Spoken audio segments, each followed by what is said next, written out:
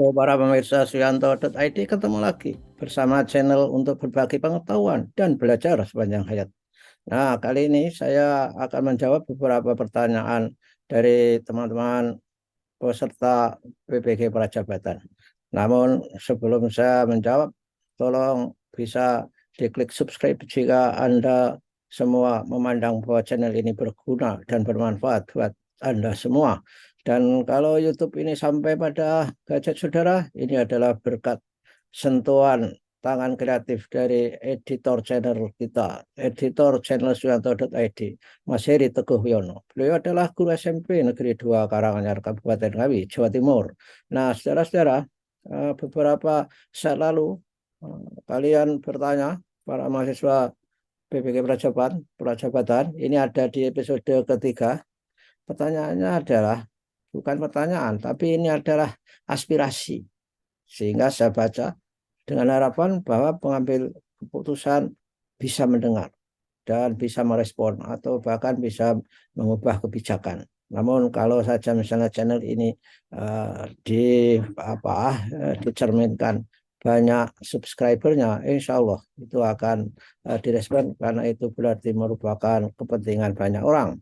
Nah, pertanyaan atau ekspresi atau inspirasi yang masuk adalah, saya baca saja secara keseluruhan. Ini adalah selain memberikan tips menangani stres pada peserta PPG Prajab, kiranya Bapak Prof. Yanto memberikan masukan ke pemangku program terkait di LPTK serta GTK agar mereka bijaksana dalam menjalankan program PPG Prajab ini. Jika gelombang satu, misalnya jika gelombang satu saja masih membingungkan kayak begitu, kok sudah menyusul gelombang kedua?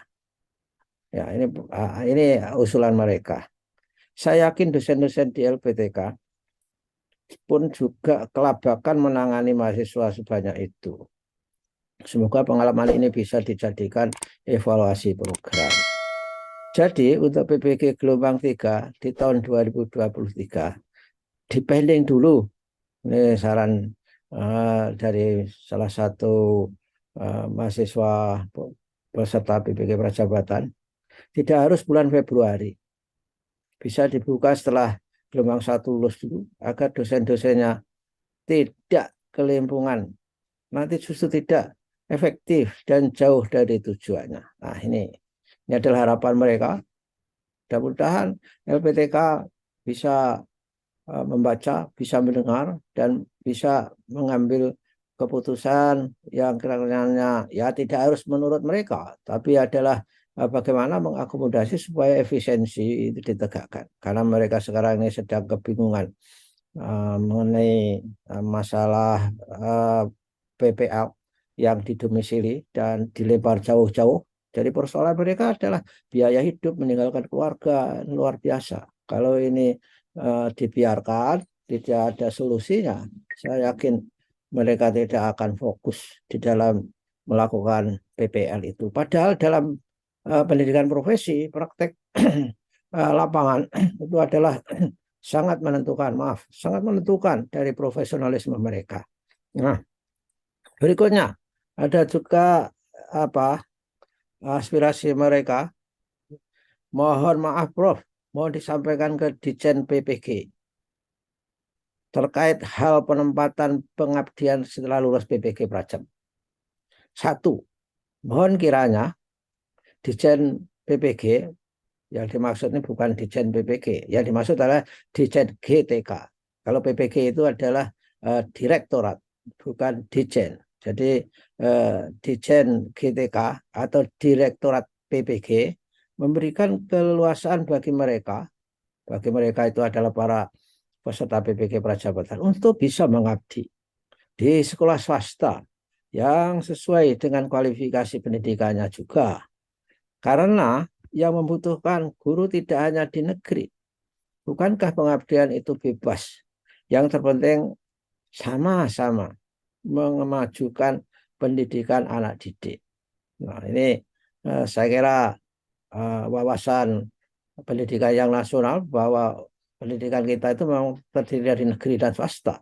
Mahasiswa ini sangat concern dengan pendidikan swasta, di mana swasta itu adalah juga merupakan tulang punggung pendidikan nasional kita. Kalau tidak ada sekolah swasta, saya kira pemerintah tidak bisa menangani semua peserta didik, daya tampungnya nggak cukup. Nah, oleh karena itu, mudah-mudahan ini pengambil kebijakan di kementerian juga sudah bisa mendesain kebijakannya bahwa lulusannya nanti juga bisa ditaruh di swasta. Nah, memang kita belum ada ketentuan apakah swasta dan negeri. Rumusan kebijakannya adalah sekolah yang kekurangan guru akibat dari pensiun. Dan tentu saja ini ditafsirkan di negeri saja oleh para peserta BPG. Atau mungkin bagi pengambil kebijakan juga memang maunya di sekolah negeri saja. Nah, ini menjadi catatan dan mudah-mudahan kebijakannya bisa mengakomodasi mereka. Yang kedua, apakah jika setelah lulus PPG ini PPG Prajabatan ini yang dimaksud ini bisa langsung lanjut S2 S3. Jadi tidak melakukan pengabdian dan apakah seperti ini sertifikat PPG bisa didapatkan? Nah, kalau ini saya kira nggak usah pengambil kebijakan, saya bisa menjawab. Nggak bisa, saudara. Misalkan saja dalam waktu pengabdian, kemudian langsung lanjut S2, S3. Tapi bukan tujuannya pemerintah untuk meng-S2, S3 kan para peserta PPG Prajabatan. Tujuannya adalah supaya kalian semua menjadi calon guru yang profesional. Ditandai dengan punya sertifikat pendidik, punya sertifikasi, disertifikasi melalui program pendidikan profesi. Nah, ini PPG Prajabatan nggak ada hubungannya dengan S2 dan S3. Bahkan saudara tidak akan bisa melanjutkan ke S2 dengan bermodalkan PPG Prajab dengan sertifikat karena beda jurusannya, itu beda jalur, beda jenisnya. Kalau PPG Prajab itulah jenis pendidikan profesi. Tapi kalau S2, S3 itu jenis pendidikan akademi. Jadi kalau saudara ingin melanjutkan S2 ke S3, nggak perlu ikut PPG Prajab. Langsung.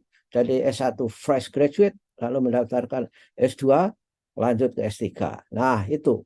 Nah, tentu saja itu yang bercita-cita menjadi dosen misalkan saja. Karena dosen masa depan itu nggak bisa S2 lagi. Apalagi S1, harus S3.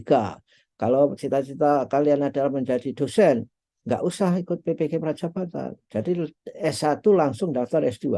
Setelah S2 lulus, kalau memenuhi syarat, bisa lanjut ke S3. Nah, begitulah saudara-saudara, para peserta PPG Prajabatan. Saya masih akan mengkaji pertanyaan-pertanyaan yang lain yang ada di video-video sebelum ini. Banyak sekali sebelumnya, tapi tentu saja saya nggak bisa menjawab semuanya. Tapi kalau dijawab semuanya itu kan berarti saya harus tampil 2 kali sehari di YouTube ini, dan tentu itu adalah sangat membosankan. Dan terima kasih atas perhatian saudara semua. Jangan lupa berolahraga supaya tetap sehat walaupun banyak tuntutan yang katanya bertubi-tubi tugas.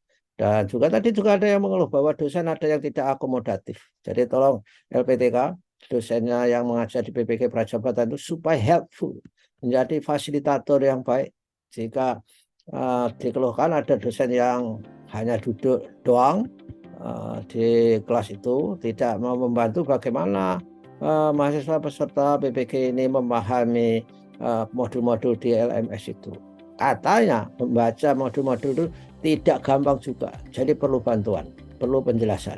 Dan keluhan mereka adalah tidak saja kurang membantu, tapi malah ada dosen-dosen yang menambahi tugas-tugas di luar modul itu. Nah, ini saya kira tentunya adalah otonomi dari LPTK masing-masing itu. Terima kasih saudara, sampai ketemu. Salam sehat dan sukses selalu.